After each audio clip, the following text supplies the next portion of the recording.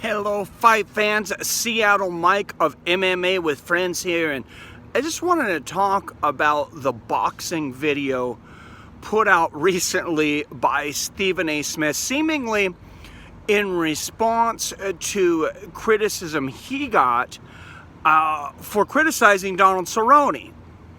Now, all that being said, that's what Stephen A. Smith does, is he critiques people, he trolls people. He's a nice guy. I think he's a nice guy, but you know, he gets paid $8 million a year for a reason. And I think a lot of people just got trolled. Joe Rogan was talking about this, and it was hilarious. I definitely got trolled, if this is the case. If Rogan got trolled, I got trolled because I'm watching it and I am just laughing hysterically. I'm thinking back to the Dave Chappelle show.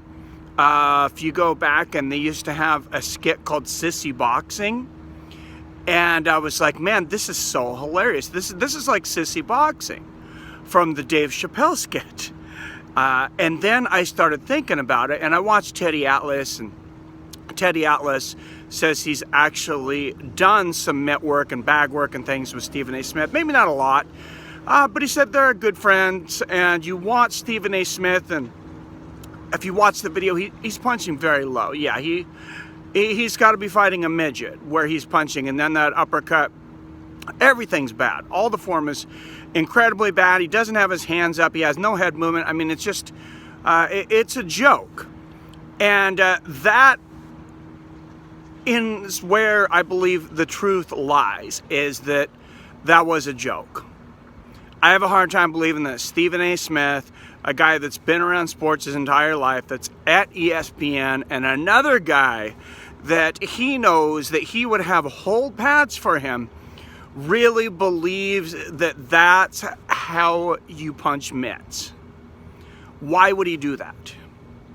Well, why are we talking about it now? If he had came out and he had just looked, you know, like I can hit the mats, and it can be like, okay, you know, that guy looks like he knows what he's doing. He's not, you know, going to be winning any world championships lately and stuff, but it looks like, you know, he knows what a jab is, what an uppercut is, what a hook is, about, you know, the right height to, you know, to punch at.